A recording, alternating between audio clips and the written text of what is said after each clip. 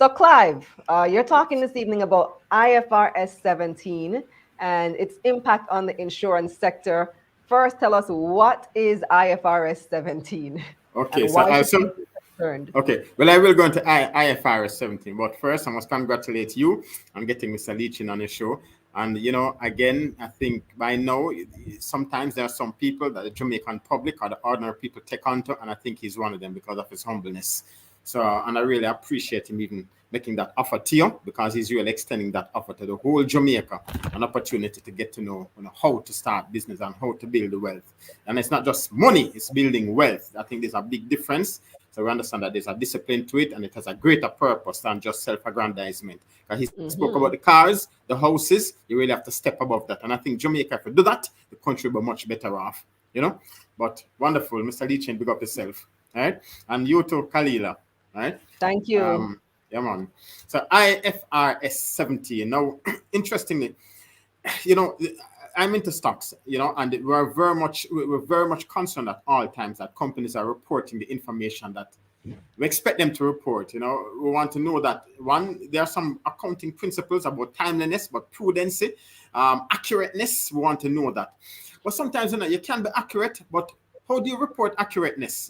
For example, what IFRS 17 is dealing with, and is a principle broadly in IFRS is International Financial Reporting Standards, right? And I think I'm not sure when this convention started, but it's most of the world, I think it's about 122 countries apply IFRS, International Financial Reporting Standards. The United States also apply the same. The United States has the official GAAP, US GAAP, general accounting, something principles, right? Keisha can help me here, right? But and it is adopting IFRS slowly. But the thing is that many American companies are multinational corporations, so they operate in jurisdictions that adopt wholly IFRS standards, accounting standard.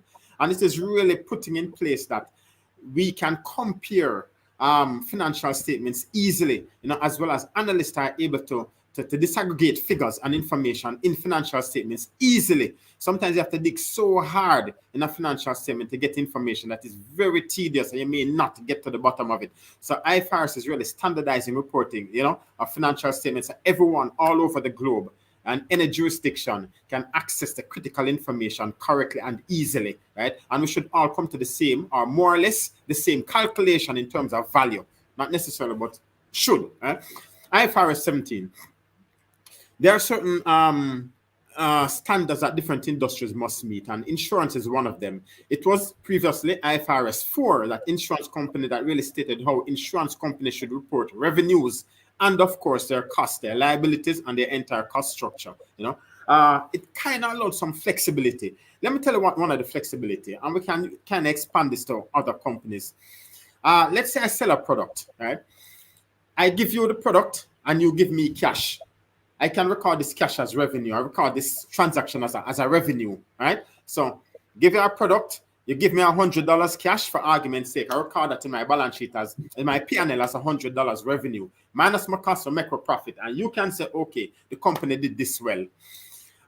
Suppose, however, that you give me $100 cash, but I don't give you the product at the same time, or I give you a piece of the product. Do I still record $100 as revenue? Or do I say, because I gave you a half of the product, I record $50 as revenue and the other $50 as a liability, because even though you gave me the cash, I have an obligation to use a liability. As well as, suppose I sell a product for $100, but that product is a subscription. Like in your program, Kalila, let's say someone pays upfront, but they have 12 months of viewership or whatever activity you offer. But in January, you're recording a financial statement just for January. Don't reach February, March, and the rest of the year yet. Do you record that full amount that your client gave you as revenue? Or do you say, I record 1/10 or 1/12 of it, 12 months in the year, 1/12 of it in January, and then you have the next 11 months of cash as some liability. Right? This is what insurance companies is IFRS is trying to do with insurance companies. So it means then that there will be a readjustment of financial statements going back 5 years, which is the standard. Now, let me quickly go into what it is. IFRS provides consistent principles on all aspects of accounting for insurance companies. It removes existing inconsistencies and enable investors, analysts, and others to meaningfully compare companies, contracts, and industries. This is important, right? Now, what is interesting, some figures published. There's 13 trillion US dollars worth of assets that is in the balance sheet held by these insurance companies. The question is it really 13 trillion dollars worth, or is it probably a little bit less? Because the way we account for revenue, which impacts our profitability, which impacts the assets of the balance sheet, has been exaggerated a little bit. That might be the case. So what you might see among insurance companies, and not just insurance companies, might impact some other companies, is a readjustment of the revenue and the profitability, and of course the balance sheet of some of these insurance companies. You may see revenue, especially restated revenue going back 5 years, reduced. You may see liabilities expanded in the balance sheet. You may see assets reduced and shrunk a little bit. Now, interestingly, an insurance company, they offer all sorts of different types of contracts, right? But the most prominent contract are the ones we can readily relate to is life insurance. And these can extend 20, 30, 40, 50, 60, 70 years. Young people just start working, open a life insurance contract. They probably have a lifespan of up to, let's say the average 75, 80 years. So between 20 and 80, 60 years. Older people like me, I probably have another 25 to 30 years of life left, probably using the average, age. So it creates a very tenuous situation where they must now measure revenue accurately, right? So IFRS 17 provides some guidance. One of the examples I can state here is that some companies present cash or deposit received as revenue. That is, you sign a contract, you pay your premium that is recognized as revenue immediately, right? And each year, as they take onboard more clients, that is recorded as revenue, right? But IFRS 17 is saying that is exaggerated, right? That premium that is paid, the liability lasts for the next 60 years in case of a young person, perhaps age 20, who we expect to live a fruitful life, hopefully, up till age 80. It may last 25, 30 years for someone like me who's much older, right? Someone 60, 70 who just started a contract, a little shorter. The point is that as the period of coverage extends, then it means that the risk and the potential liability extend. We have to account for that. So that premium received, we can't just record it as revenue. We have to apportion it according to the liability and recognize a fraction of it as revenue now. So it means that you're going to see many insurance companies restating their revenue, or you're going to see adjusted revenue. You may see revenue seemingly fall. It didn't fall really. I mean, we have to be careful how we use the word. We use the word adjustment rather than fall. Right? So the cash balance is the same. The revenue business is growing.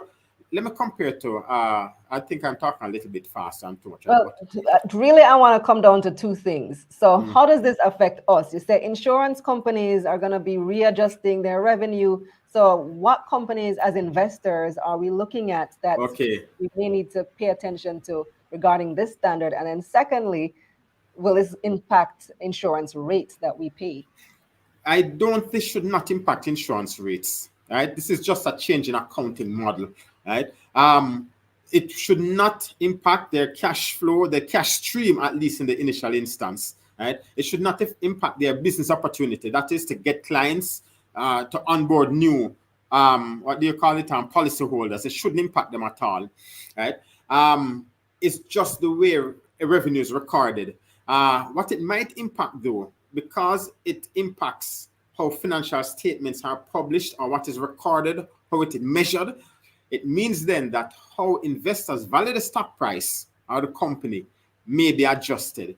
It means that when next result comes out, if the market is not properly informed, when the next results comes out, we may see an adjustment of stock prices going forward. But that is temporary because this is in the short term. In the long run, everything remains the same.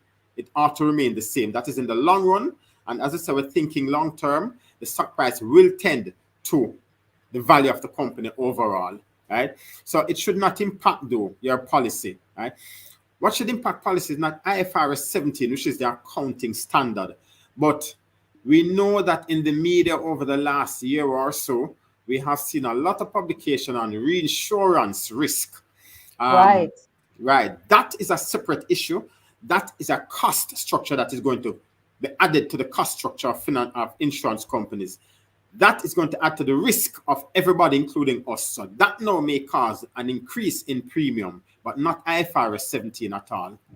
If I can relate it, here's something that is probably a little bit more relatable.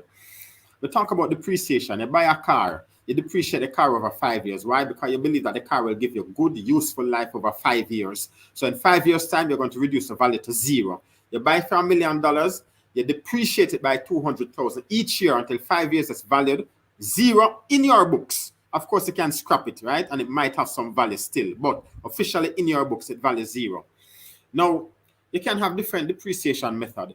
You can have accelerated depreciation where you put the bulk of the depreciation in the first year. So you depreciate it by 400,000 the first year rather than equally 200,000 each year, right? Then the next year you depreciate it by 200,000. Then the following year 200,000. Then 100,000. Then 50,000. Or you can depreciate it equally 200,000 each year. The fact is, in the initial year, in accelerated depreciation, you have a big expense right there, so profit is less. Right? As opposed to straight line depreciation, you have 200,000 depreciation, profit is normal, what it would normally would be. But, however, over the accumulated 5 years, total revenue, gross revenue over the period, gross total profit, effect on financial statement remains the same. You see? So it is the same, more or less the same thing here with insurance companies over an extended period going into infinity. You know, business contracts, business opportunities, total revenue, profit, balance sheet, more or less will trend to be the same. So if you are buying into the future and you're buying into the long term, it should not to, in the long run, affect the price you're willing to pay for any of these insurance companies. For example, Key, which is a direct insurance, First Rock, which is publicly listed, Key and First Rock, but also we have insurance companies that own insurance companies. For example, Grace, which is a conglomerate because it is broadly diversified across the economy. Grace is a holding company, group of companies. NCB Group, which has a Guardian Holding, should be impacted. Scotia has insurance. Scotia has insurance. All the insurance-related companies. Sagicor should be impacted. Sagicor, a big one, yes. Yes, a big one. That should be impacted also. But again, as I said, in terms of valuation, it may have an impact on the short-term price, stock price. But given the condition we're experiencing now, the high interest rate environment and markets globally receded, it's highly unlikely there'll be any significant impact in the immediate time between now and perhaps end of year. Significant impact on prices because prices are so low right now. As Mr. Leachin said, prices are trading at super bargain prices right across the industry, especially financial institutions. So I don't see prices declining significantly now, right? But I believe if the market is not properly educated, they may think that revenue has fallen off, that these companies have taken a big hit and there's a loss rather than an adjustment in accounting standard. Right, so that is what we need to distinguish. There's a difference between depreciation or loss of value and an adjustment to the financial statements. Very important to understand the difference. Thank you so much, Clive.